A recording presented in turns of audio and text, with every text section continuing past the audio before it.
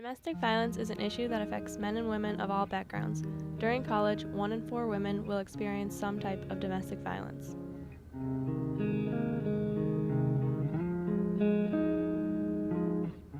Domestic violence is when one or many persons is attempting to exert some kind of power or control over another individual. So that might be something like physical abuse, so hitting someone. It could be sexual abuse, forcing someone to engage in sexual activity against their will.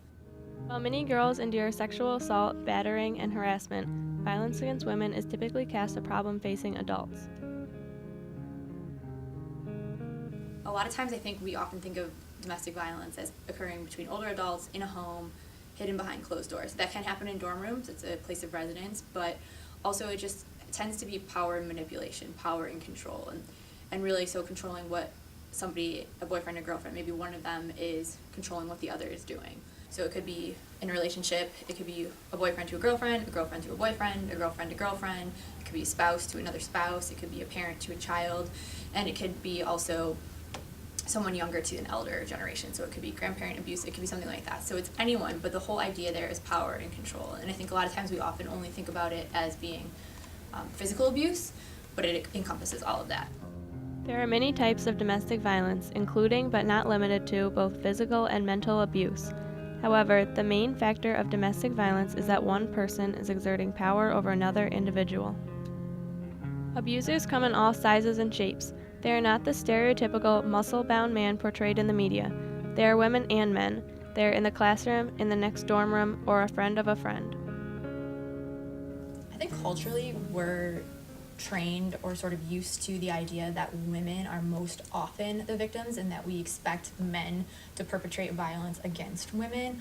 But anybody, regardless of your race, socioeconomic status, your gender, your sexual identity, anyone can become a victim of domestic violence or relationship violence.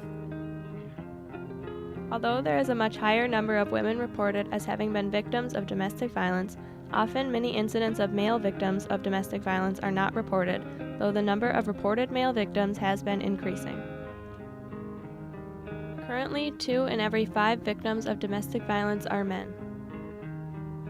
So I think a lot of times we ask, why are women so often abused? And I would like to help reframe that question and say, why are we letting a society allow people to be abused? And I think a lot of times we have a culture that tolerates violence.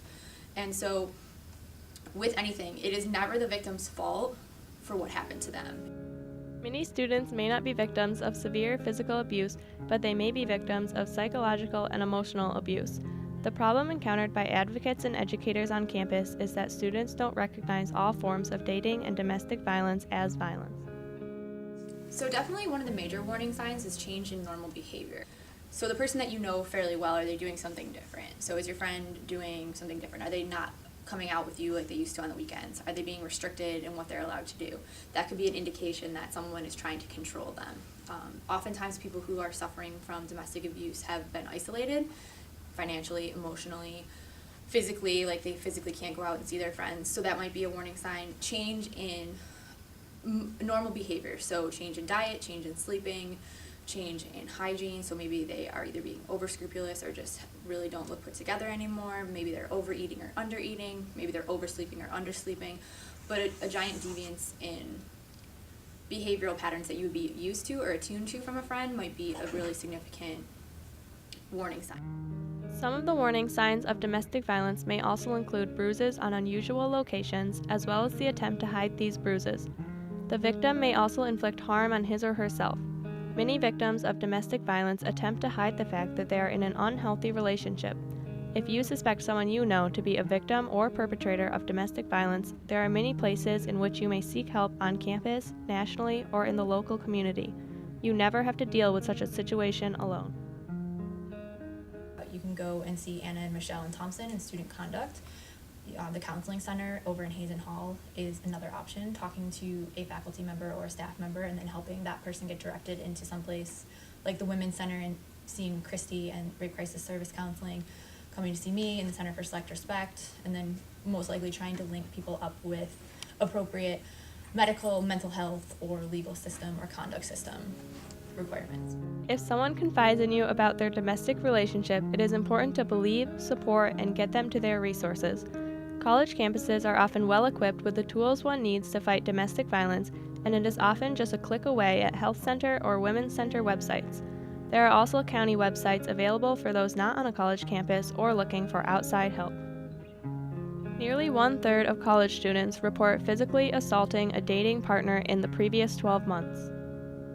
It's a crime that we need to think about talking about more, providing support systems and prevention, and having conversations about how we can build healthier communities as a whole, healthier children, and then healthier, specifically on our campus, healthier campuses. We need to build a culture and a society that says this type of behavior is not okay. Because right now, a lot of it is tolerated as okay. Violence as a whole is tolerated as being generally okay.